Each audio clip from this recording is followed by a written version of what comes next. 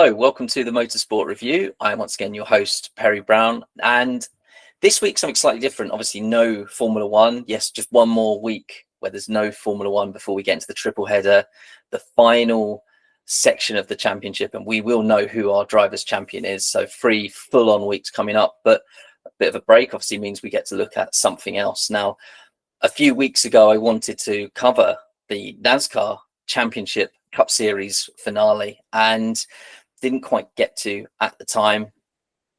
Couldn't watch it live, as we're going to get into either, but luckily saw that it was on YouTube and watched the whole thing.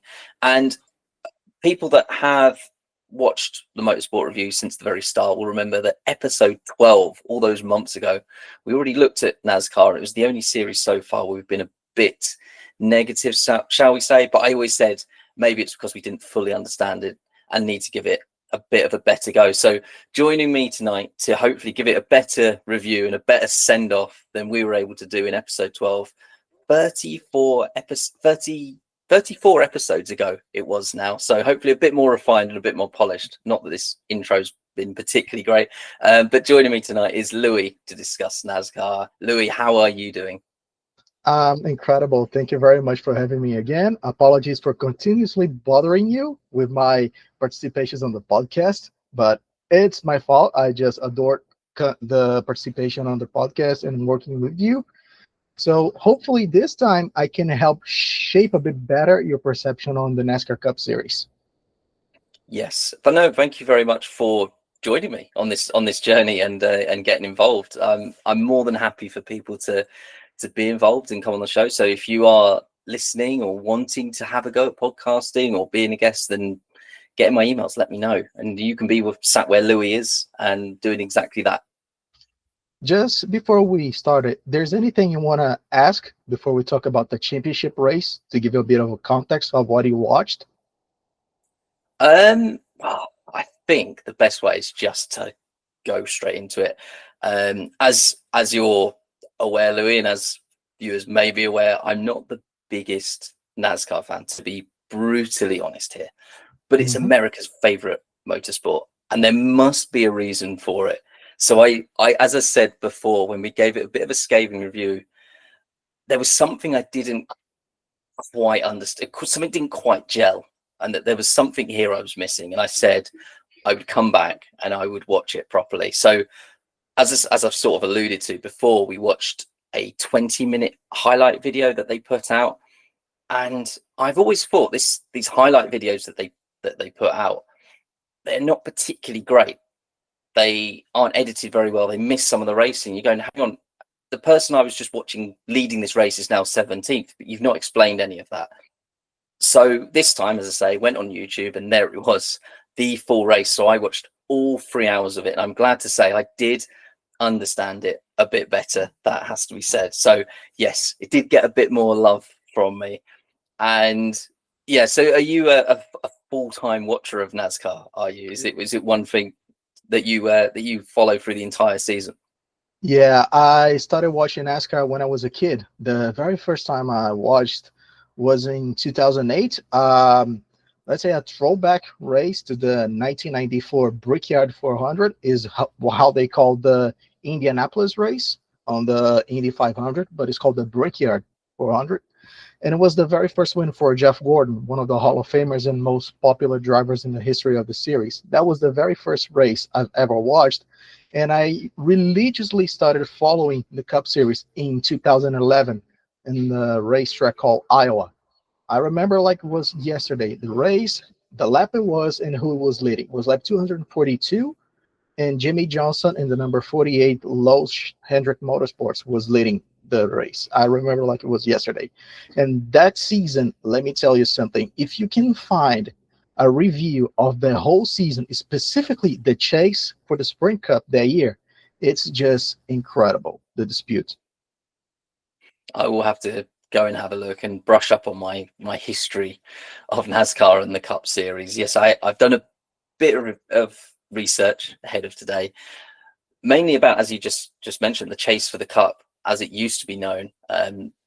Moreover, now people know it as the playoff for the championship. And I mean, I want to get straight into that. That was one of the things that we sort of derailed straight away. We were watching one of the regular season races early back in like March, I think it was, and we were sat there going, what am I watching? It's like watching like a preseason friendly in football, or like preseason testing in Formula One. You're kind of watching it going, what does this race actually mean? That's what you want to watch a race for. You know, when you're watching Formula One, you know that every race scores points towards the championship, where in that regular season, it's basically you get a win and you are through to the next round.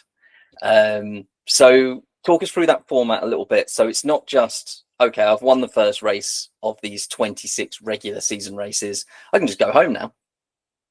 Yeah, it's one of the things that people hate the most is the format, the specific rule that says win and you're in.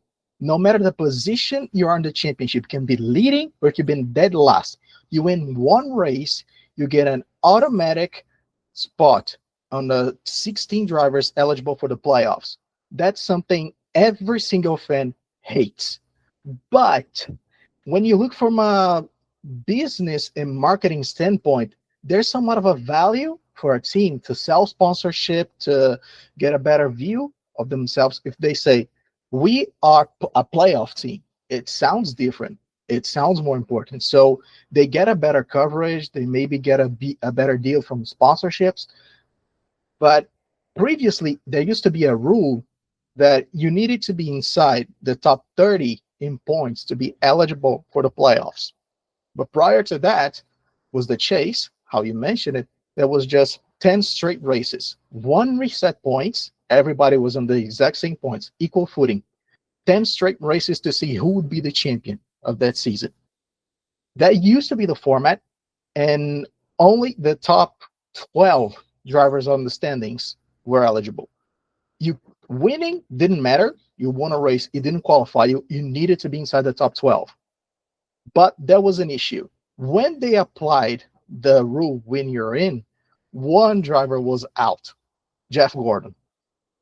And they didn't want a Jeff Gordon out. So they created the wild card special rule to inject him into the playoffs, the chase, sorry, to be 13 out of 12 drivers that won plus. And that broke the system, and they created the playoffs in 2014.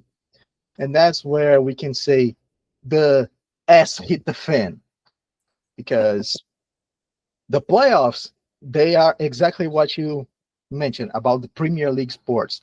It's a tournament, then there's the brackets until the finals. That's literally how the playoffs are built. But in NASCAR, it kind of, the idea behind it gives anticipation from every race. Like inside the playoffs, you either win or you are consistent enough to be inside the bubble to advance through the rounds. That in a way creates excitement inside the playoffs. But during the regular season, you are kind of like, yeah, what am I really watching? If you're not that invested into the championship, you're like, who's the better team? Who's the drivers that should be looking for? Is there difference between the cars? What kind of tracks they go? You're kind of like million times of questions, and none of them make sense until you get the full picture. And today, the regular season champion, which now it's accountable for, is more important than at any point in NASCAR history since they introduced the postseason formats all the way back in 2004. Now, winning a regular season championship gives you 15 playoff points, which is the equivalent of 3 race wins.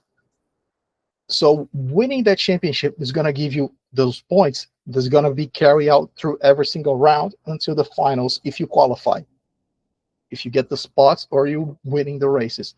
And every point you get by winning races or the stages that is breaking the long races are carried through every single round.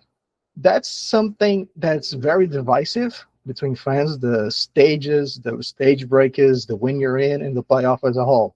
As you clearly can see, there's a lot of nuances into it. Some are interesting and some are straight up hated, but that's the way it works.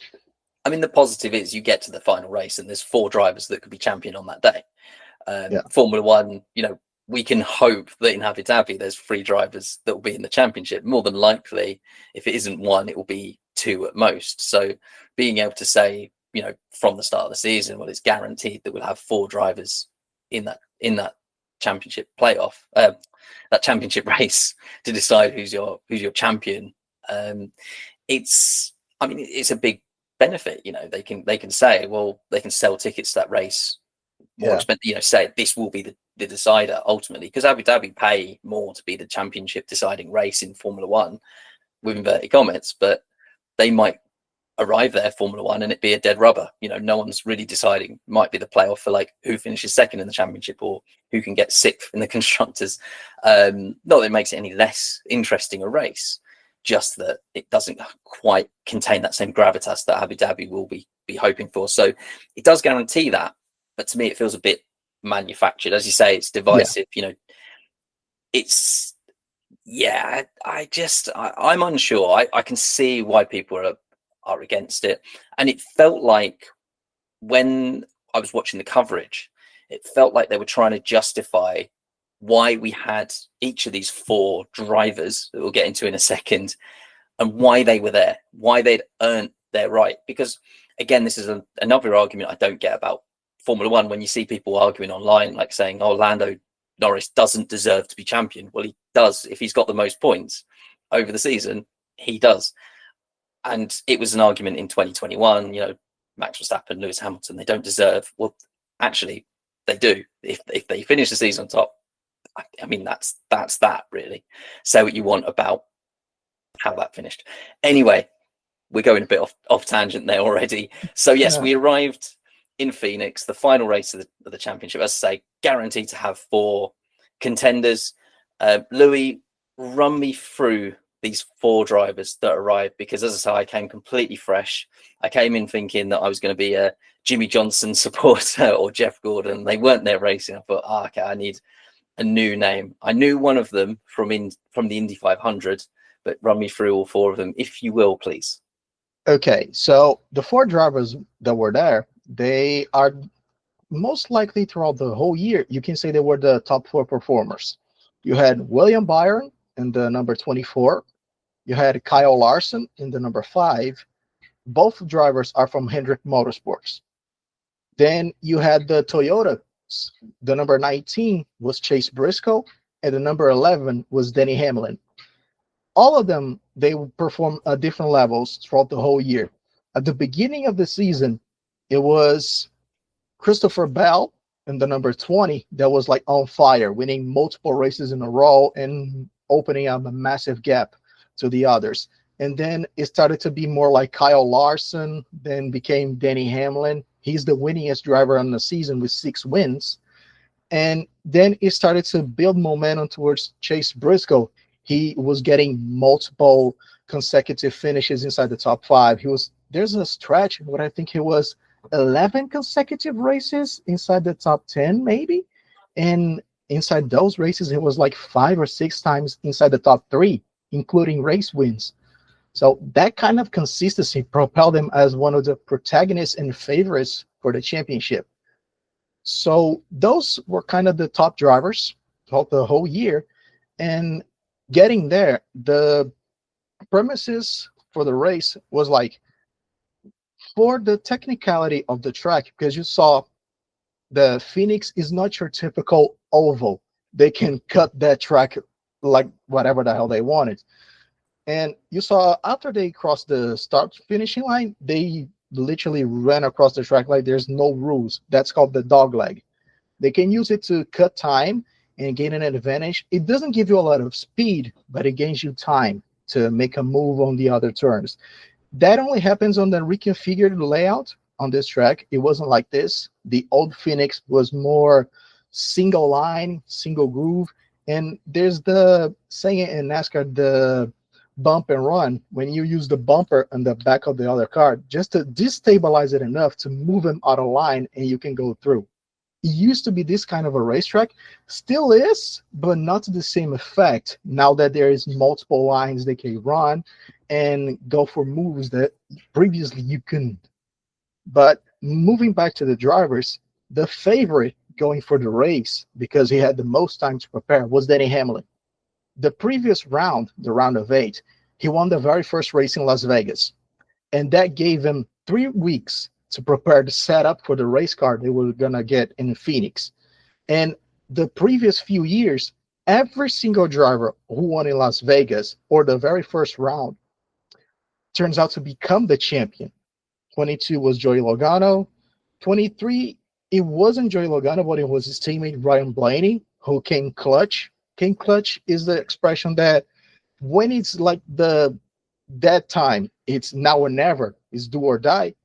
Those drivers came in the last possible minute to pull off those miracle drives and get them the win to go to the championship four. That's how it's called the finale. The championship race is called the championship four. That happened to Ryan Blaney in 2023. And in 2024, that happened to him as well, but it was Joey Logano who won the opener in the round of 8. That round sets up who's the favorite for the championship 4 race and who's maybe the runner-ups. And the pecking order going to the race was Denny Hamlin as the favorite. He even got pole position, followed by William Byron, Kyle Larson, and not by far, but close, Chase Briscoe, who had the most momentum for being consistent, but it was Denny Hamlin the favorite because he was on a hot streak of race wins or fighting for wins. And this particular season for Denny was different than any other. He debuted all the way back in 2005, and I dare you to guess how many times he fought for a championship. 2005. So he's had 20 attempts at a championship, but I reckon he's been in the fight. I'm going to say 6. I'm going to say 6 championships he's been a part of. That's mostly correct. He's been part of 2010, 2019, 20, 21, and now 2025. 5 times. But only in 2010 and 2025, he was direct threat for the championship. 2010, he went into the final race as the leader of the championship, but lost the points lead during the race via his own mistake and the team's mistake. And he lost the championship to Jimmy Johnson, who won the 5th straight title, which was never done in NASCAR history before, winning 5 championships in a row. The other drivers are more nuanced, let's say. Kyle Larson was the only champion on the grid. He was the 2021 champion, and he had one of the most dominant seasons in the books when he won the 2021 championship with 10 wins, but he could have won 16. That's how dominant he was, and he finished pretty much every single race inside the top 10. That's how insanely fast they were. But for this year, he wasn't that flash of a driver like he used to be, but he was consistent. And without the playoff formats that they released the full points position, ironically, he was the champion this season. And then we have Chase Briscoe and William Byron. When I said that the regular season championship matters when you go through every round in the playoffs, William Byron was, he was having a kind of a bad stretch of races at the beginning of the playoffs, and he was just getting through thanks to those points. He won the regular season championship, and he put him, I think it was amongst the top tiers of points holder for the playoffs.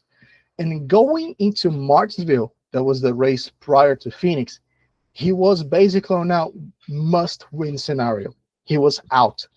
There was like no chance points would get him in. He needed to win.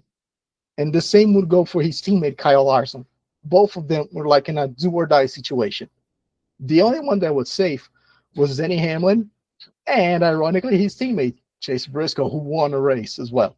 They were okay, but not the other guys.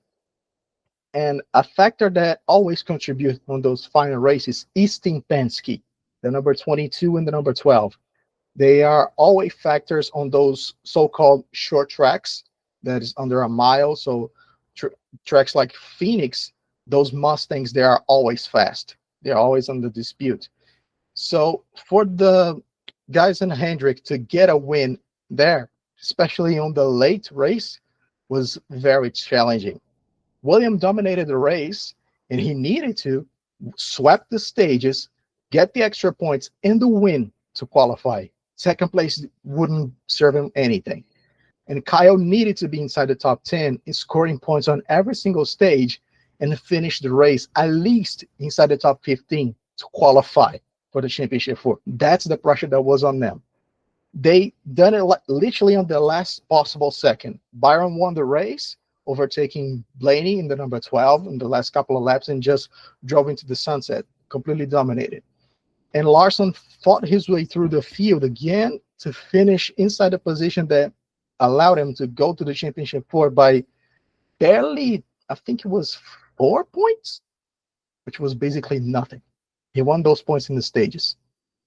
And that was the setup for the race.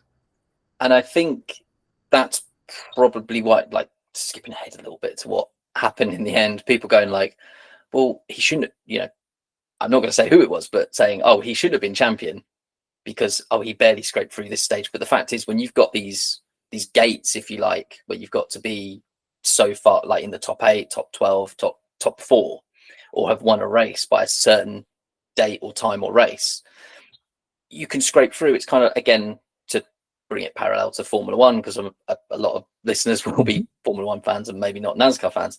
It's like saying, well, he shouldn't have been on pole position because he qualified 15th in Q1. He only scraped through. Well, that's the name of the game. You get through, you're in the next round, and it doesn't then matter. Everything's reset. So, this whole argument of like, well, they only just scraped through.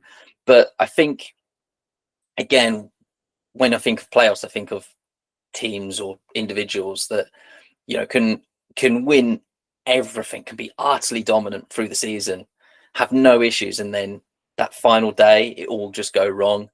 And I did quite like, they were talking a lot in the commentary about the preparation that Denny Hamlin had put in for this race, the setup they were running. They said he went back to the team factory, basically said, look, my teammate has been very successful here. I need to pull apart his setup, pull apart his driving style, and I need to learn that because it's working for him and not for me. And as you say, he had 3 weeks to go, well, I'm in this race and now I've got to go out there and win it. And my God, watching this, it just looked, from the moment he set off, it looked like, for every intents and purposes, this was Denny's race to lose. And then the commentators kept going about how much was on the line. And there was this huge story, of course, with Denny's dad. And I was backing him so much as a result. Just like as I say, Kyle Larson drove for McLaren. So instantly when I was watching it, I was like, oh, I'm going to back this guy.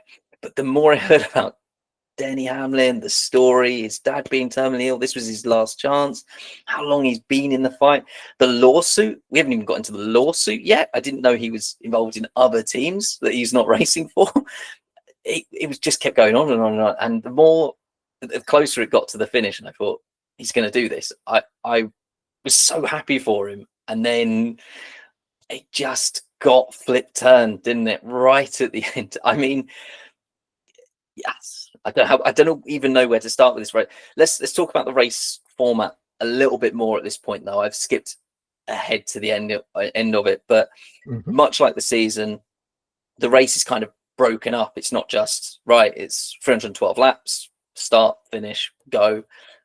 There's stages. You've mentioned a few times already, talking about how these drivers have got to this championship, how they might have to be a stage winner. So explain a little bit how the race is broken down into these different stages. So, as you said, the race is 312 laps, and the stages are broken down as a third of the race. The first stage has a third of the full distance, and points are rewarded for the first 10 drivers. So first get 10, and is deduced all the way to 10th place who get a 1 point. If you win the stage, you get an extra playoff point, which is equivalent to 1 position on the track. So winning a stage matters a lot if you're fighting for points to get advanced into the rounds. But what people don't like most about the stages is because of the stage breakers being way too long. Is a yellow flag thrown by the end of the stage, and the cycle is just way too long for the drivers to organize themselves, to go to the pits, to do the pit stops, to have the drivers that are left down go around the track, recover that lap, reorganize the whole peloton, and then they can choose the position they want, if they want to restart on the inside or the outside, and then we start again. It's a way too long procedure for a break that it should be almost immediately.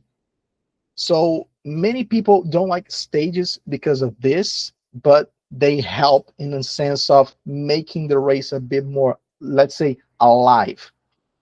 I was going to say it's another way where I felt like NASCAR was a bit manufactured. You know, it was a very interesting opening stage, but it was run almost entirely differently to how the rest of it went.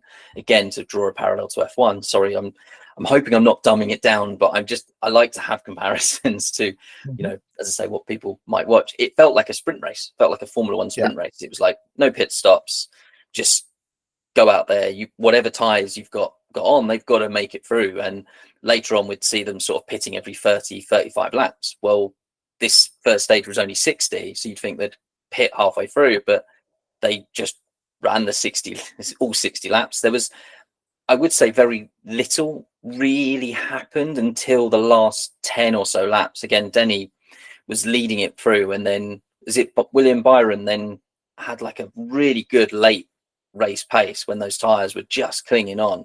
He suddenly took to the front, and I thought that's perhaps a sign of things to come later on. Yeah, some drivers, they tend to set up the cars for what's called short or long runs. Short runs is when everything is at, let's say, hits maximum. The fuel is just reloaded. They just put the tape on the front of the splitter to reduce the amount of air that goes into the engine, so they can work harder with a higher temperature and produce more power. And they put new tires with lower tire temperatures. So in a short burst of laps, maybe 10, 15 laps, it's the fastest car on track. It's just gonna go. And there's drivers that set up the car for more of a longer one with lower fuel. The tires are already more settled, don't have that much of a newer rubber. They have some sort of a rhythm, and they just blows off into the distance. Like you said on the first stage, it looked like Danny would run away with this race, but William was always there just tailgating him until the traffic started to play a part in this. They had to deal with the traffic. And once William passed him, he just went away with the first stage. And that's something that play a lot in this race is tires. Not only they were degrading really fast, but Goodyear, they kind of give some sort of a freedom for the teams to play around with the temperatures and the overall pressure inside the tires. Some teams push the boundaries a little too much. That's why we saw quite a few tire failures throughout the race. But they are always on the knife edge trying to find the little extra to pull themselves in front. I really like the commentator's analogy of this, where he was basically saying it's like you've got a dial, you've got a controller, like you're playing with your Scalextrics at home. You got this dial, and they literally say, if you turn this dial, you will go quicker and quicker and quicker, but you might have a blowout or you might blow an engine. That's the risk you run. Otherwise, you just whack it all the way to the end. So they said, like, you're just turning it up, you're just knocking it and going, well, we didn't blow up, we didn't blow a tire in that stint, so we'll just eke it a little bit further. So you might take that pressure down that half a psi or even less, 0.1 of a psi. I'm sure they're getting it to that Mhm. accuracy where they're like, yeah, we can push this a bit more. And they said at one point, they're like, well, you're running if you're running second, what you're going to do, you either going to finish second or you're going to just tweak that dial a little bit more and go, well, I'm all in. So I really like that analogy. They can go as quick as they like. It's someone in the team's job to basically say, no, there has to be a limit, and I'm going to be that person that says, no, let's be a little bit sensible here. And if you pay attention, sometimes they were showing the onboards of the drivers working the wheel, and you saw them sometimes taking the hands off the wheel to change the shifter. They have a 5-speed transmission, and by the end of the straight, going to the final, going to the finish line, they have just enough time to choose if they're gonna hit the limiter and release the throttle and just roll into the corner, or if they're gonna shift up to fifth just go a bit of a momentum and downshift straight into the corner. Those different driving techniques you saw on board on Denny Hamlin and William Byron. Byron was always hitting the limiter, going to the corner, and Hamlin was always shifting to fifth, then downshifting into the corner. But you saw Hamlin was kind of fighting more of the car, and William was more stable. He barely was moving the wheel. That's kind of the sweet spot when you can simply throw the car around and it doesn't bite back. These next gen cars with ground effect, they don't forgive. Once you lose them, you lose them. There's no way to recover. Yeah, I was going to say earlier on, actually, I was very impressed by you saying about how normally they sort of give a little tap to their rivals to push them online. I was very impressed, actually. For NASCAR standards, from what I'd heard, it was like, I'm just going to put you in a wall. And there was very little of that, actually. Very little contact at all, even when someone spun round. You know, I'm used to seeing the crash videos where it's like 30 people, 30 drivers, cars upside down. Then two of them get out, go, it's your fault, and they're smashing it. There was absolutely none of that. It was very clean throughout, but we did see a couple of tires go, and then drivers just in the like instantly in the wall. Luckily, no really big incidents from this weekend, but yeah, a few times they're out in the wall, but no real like pushing someone into the wall. It was really nice to see. Yeah, that's something that tends to happen lately with the Goodyear decision to bring step softer tires. They've been trying it out the whole year, especially last year. They were testing the waters to see how soft the compounds could be, because one problem with this new next gen car, which is the Gen 7 with the ground effect, is this overall racing capacity. The car was designed to race on road courses, and it does that really well, but the racing sucks. And there's an analogy in NASCAR that says you have our best race when the car is at the least comfortable zone. And a car that is designed for road courses is at its best on an oval. And vice versa. A car that's designed on ovals has its best races on tracks that aren't properly ovals, high speed ovals. I love that. I love this because I say this about Formula One as well. If the drivers say they're happy with a circuit or the tires or just something in Formula One, it normally means, or in any racing, not just Formula One, but normally if they say we're really happy with this, it means you're not challenging them enough. You need to give them something to be unhappy about. I think, you know, when Martin Brundle talks about billiard table smooth circuits, and he says, "Oh, the cars are working beautifully," and then they all just follow each other home. You need a bit of bumpiness, don't you? You need a bit of upset to them. So I'm all again. I'm all for it. I think the cars look fantastic. These NASCARs. I couldn't quite put my finger on it. I was looking at the field, just thinking they just look like really good race cars, and they don't like. I just had a feeling like with old stock cars in the past, they just look kind of like not taped together, but like what's the word? Like budgeted together. Like it was just a shell. I know, and I know they're not at all, but these looked robust. They looked like they were a Because bit it's more different. solid, and there was a bit more to them. Yeah, because they are different. The cars you used to see, they were built with sheet metal panels, is what they call it, because it's literally a paper thin sheet metal around the car with a bubble from the vehicle the manufacturers, or how they call OEMs, wanted to sell for the public. So it was a Camaro for Chevrolet, the Mustang for Ford, and the new XSE Camry for Toyota. They were using those bubbles, but on a sheet metal car that sometimes when you see older videos, they were like crabs. They were like sideways on the straight. That's because those cars were designed to run on the bank ovals going side, to use what's called the side force and the side draft. So you run the air clean through the car when they are turning. So that's some crazy thing when you think about it. How can you make a car go fast if he's not straight when you look at him? He's not symmetrical.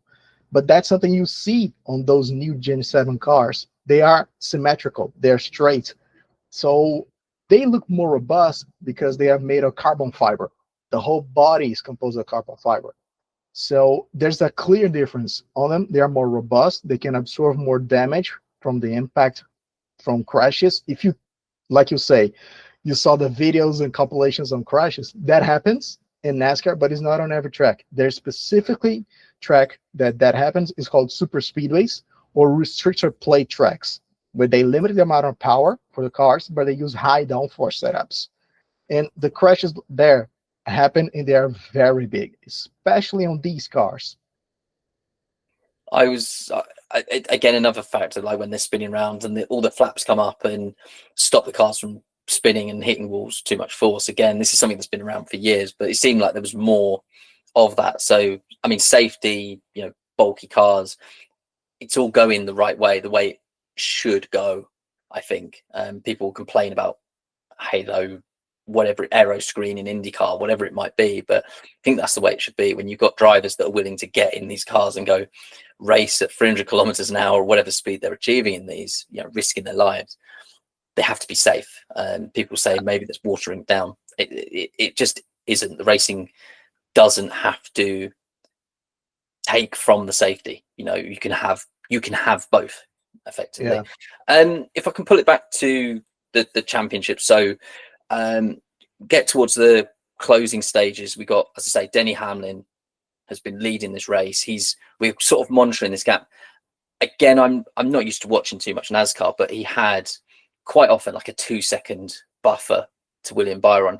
And my understanding, that's in Formula One, that's like 2 seconds, not much. We're sort of anticipating a fight coming up. But in NASCAR, that's quite a lot. It takes quite a bit to break away from your rivals like that. I mean, the slipstream effect must be so much that, if you're trying to break clear of someone, that 2 seconds is a lot to gain on them. So again, just more proof that Denny really felt like he had this going on right up until we're sort of watching I think it was like they were saying he's got 5 laps to go. He's going to win this. And then there's one more puncture. I saw a comparison for what happened next to I've mentioned it twice now, Abu Dhabi 2021, saying it was an injustice. I don't think it was quite the same, but run us through what happened. So as you mentioned, another tire blowout for one of the championship contenders. It was William Byron running second, blow up his right front tire and almost hit the wall with 3 laps to go.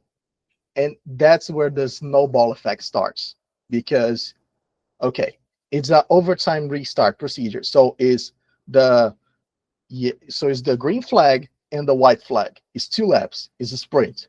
And right now, what matters most is track position. So you choose, you go for 4 tires and fuel, or you go for 2 tires and no fuel. Because at that point, it was the conversation. Maybe they have enough fuel. Maybe they need to just do that little splash and go, or they are good enough for fuel and just need tires. And that's what the whole conversation, because most of the failures, if you recall the race, were all right side tires, either the front or rear tires. So you needed to be like exact. What you're going to do? You're going to gamble on 2 tires, or you're going to gamble on all 4. And that's the topic that was all the time. And it's not like Formula One. They could, if they want to, they could choose to do like the 2 fronts, the 2 rights, 2 lefts, whatever they want to do. They could just do one, presumably, if they just want to do 1 tire. So, as you say, it's not like Formula One where you have to change a whole set and they have to live together. They can just do 2 tires, and that's exactly what Kyle Larson did. And I was extremely surprised. I know they were talking about it in the commentary, saying, what does Denny do? He's been quick all day. Surely goes for 4 tires. Again, I don't know NASCAR very well. Maybe I was watching this thinking too obviously, going, no, I'd go for two tires and leave it at that. But it turned out to be the wrong call for Denny, unfortunately, to go for those 4 tires. And then the emotional outburst, not an outburst, sorry, but the emotional drain when he's just sat in the car and realized what had happened after that. But there's a context for why Denny chose to go for 4 tires. Previously on Friday, there was the race for the Truck Series, and one of the drivers in contention for the championship was Corey Heim. He dominated the whole season with 11 wins, and this final race was his 12th, but he wasn't in position to win. He was like 12th, and the guy who was in position to clinch the championship, was third. And he was the only one who chose 4 tires. Everybody either stay on track or put 2 tires.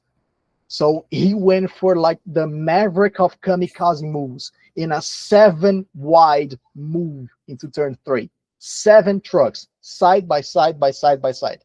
He went on the inside near the wall, getting almost inside the pit lane to make a move. He went from 12th to 4th in 2 corners.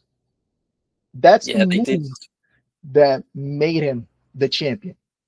They did show that on the in the main Cup Series feed when they were sort of building up to this overtime. I admit I was watching, going, "What does overtime mean?" You know, there was 2 laps left. I kind of was aware that they wouldn't just finish behind the safety car, but it didn't really explain what it was. They were more interested in saying, right, there's a tactical element now, and this is what happened on Friday. And they did show that move, and it was bonkers. It was insane, as you say. You just suddenly see this driver go on the inside, and you think, wait, why isn't anyone else doing this? This looks the quickest way. But again, because he's got 4 new tires, you can just pull the truck, as it was in that series. You can just pull it onto a different line that others just couldn't achieve with the tires they had at that moment. I assume, as someone that's like doesn't know NASCAR very well, but just just doing those things that others couldn't achieve at that moment. And as you say, Denny went for the same sort of move, but conditions were different. It's Cup racing, you haven't got drivers that are all going to follow the same line. You've got, well, there was already a championship in line in the Truck Series as well, but you've got drivers in between that are just going, do you know what, I'm just going to play it safe. And that's what Kyle kind of did, but he also moved forward. So it's not like he just sat and took what came his way. He had to make moves forward as well. One of the cleverest crew chiefs in the NASCAR garage is most definitely Cliff Daniels, Kyle Larson's crew chief.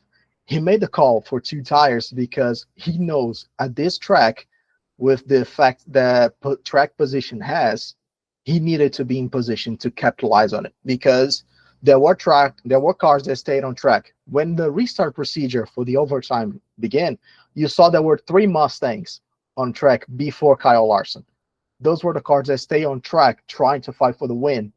So there was 3 cars with old tires, then was Kyle Larson with 2 tires. So technically speaking, Kyle was in advantage. Then there's the whole field behind him, and Denny in 7th, the first guy with 4 tires, everybody else on 2. When you kind of put the metrics, you think Denny would have the better overall equipment to move forward. But in overtime with 2 laps, it doesn't give him enough time to properly go for it. And that's exactly what I felt. That's why I felt watching it. I was like, as I said, I didn't understand. I thought when they were talking about this decision, I thought maybe there'd be like 10 laps.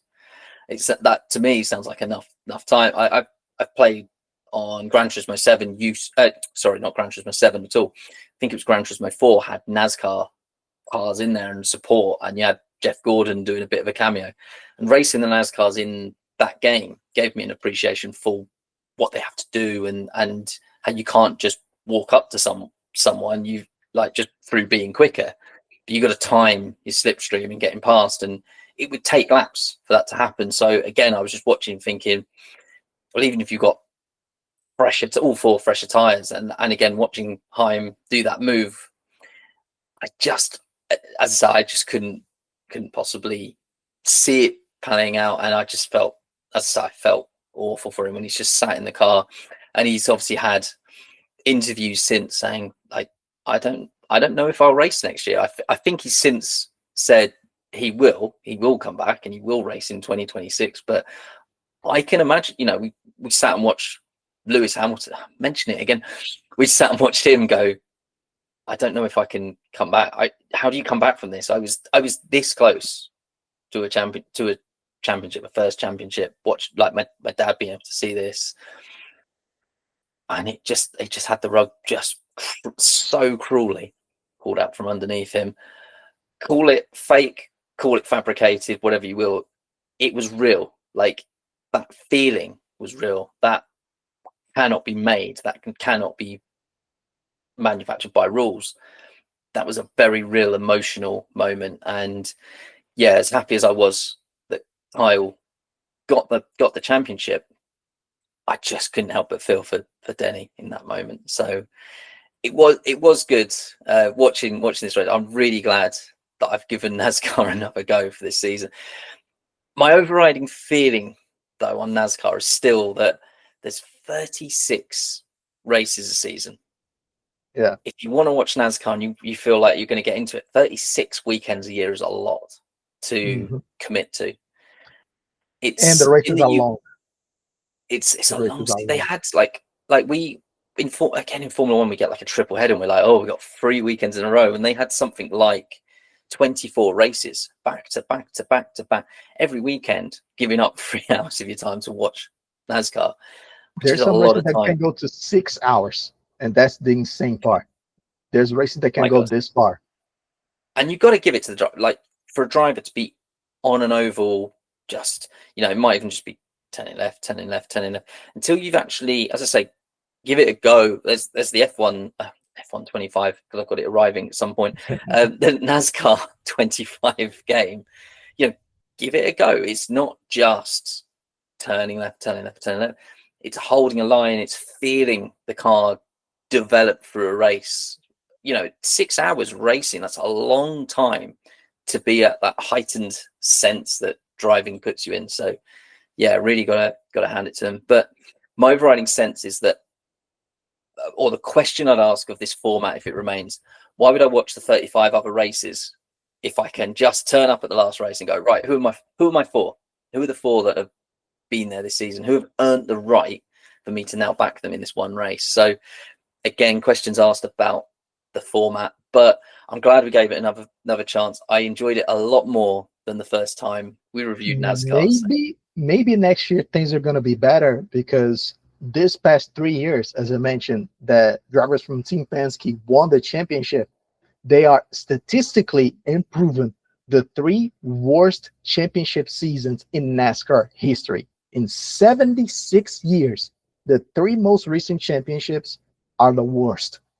And that kind of broke it. Like, you need to change this format. You need to legitimize the champion. You cannot have a guy that won 1 race in 26 races in the regular season to just do whatever the hell, being consistent, crash, not compete at the front, not get top 10s, not get top 5s, not lead laps, not winning stages, not being one of the protagonists of the season, and just show up at the playoffs and won maybe 1, 2, or 3 races and become the champion by season's end. That doesn't help the image of the championship or the series as a whole. And that's why this year, more than any other, the conversation around the format was insane. And that next year, they are going to change it. But there's the issue. They don't want to eliminate the whole idea of the playoffs, but they are more leaning towards the idea of not having one final race championship, but a final round. The idea that's more commonly proposed is the playoffs are 10 races, and they're currently divided on round of 16, 3 races, round of 12, another 3 races, then the round of 8, another 3 races, with the championship 4 being the final single race. The format that's getting the more push for the NASCAR is the round of 16 with 3 races, the round of 8 with 3 races, and the championship 4 being a 4-round finale where everything counts.